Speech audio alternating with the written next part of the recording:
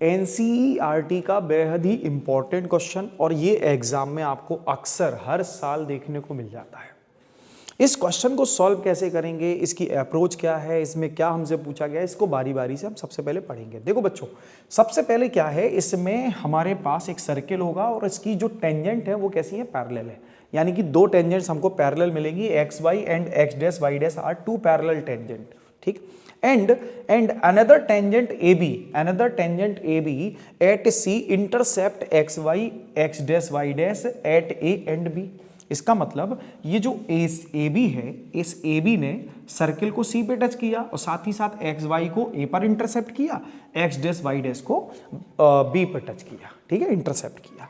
साथ ही साथ उसने हमसे ये पूछ लिया कि भाई ये बताइए कि एंगल AOB जो है ना, एंगल AOB ये 90 डिग्री का होगा, ये प्रूव करने को बोल दिया हमसे। तो हम ये प्रूव कर लेते हैं। सबसे पहले ऑब्जर्व करें बच्चों, सबसे पहले ऑब्जर्व करें कि P और Q को जोड़ने वाली लाइन पास कहाँ से होगी। P और Q को जोड़ने वाली लाइन हमेशा बच्चों सेंटर से पास होगी, क्योंकि ये पैरेलल टेंजेंट है और पैरेलल टेंजेंट हमेशा डायमेट्रिकली होती हैं। कैसी होती हैं, डायमेट्रिकली होती हैं। तो ये अगर डायमेट्रिकली हमारी टेंजेंट्स हैं तो हमें पता चल गया कि ये एक स्ट्रेट लाइन है। क्या है बच्चों, ये एक स्ट्रेट लाइन है, ये एक स्ट्रेट लाइन है, ठीक। ये बात समझ में आ गई होगी सभी को, ये बात समझ में आ गई होगी सभी को।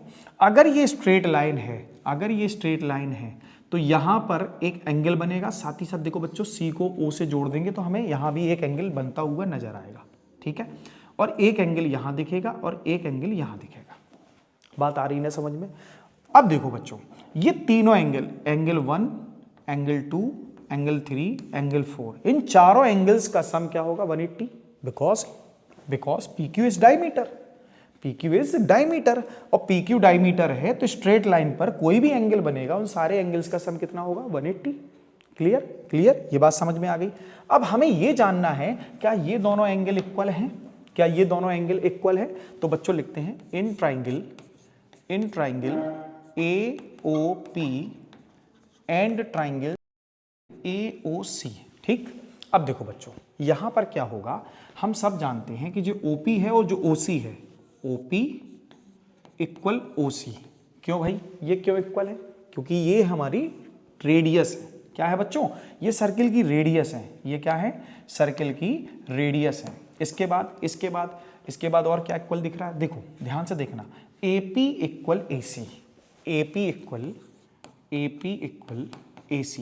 ये क्यों इक्वल है, क्योंकि ये इंटरसेक्टिंग टेंजेंट है, intersecting tangent from external point A, ठीक। ये बात समझ में आ गई होगी, ये बात समझ में आ गई होगी। इसके बाद ऑब्जर्व करें बच्चों, क्या OA कॉमन है, OA equal OA common side है, एग्जैक्टली ये कॉमन साइड है। और अगर ये कॉमन साइड है तो हमारा by triple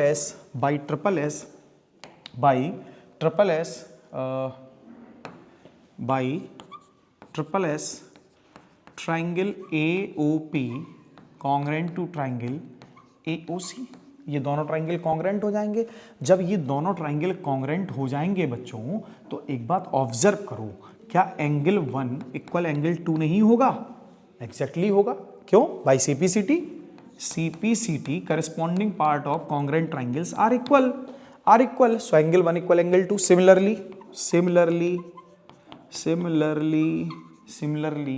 angle 3 equal angle 4। Clear, ये बात सभी को समझ में आ गया। अच्छा, PQ is diameter of circle, so angle 1 plus angle 2 plus angle 3 plus angle 4 is equal to 180 degree. Clear, हमें प्रूव क्या करना था, हमें प्रूव करना था कि AOB जो है वो 90 डिग्री का है, वो 90 डिग्री का है। और अगर हमें से 90 डिग्री का एंगल प्रूव करना है, अब हम 1 को और 4 को दोनों को एलिमिनेट करेंगे, ठीक है बच्चों।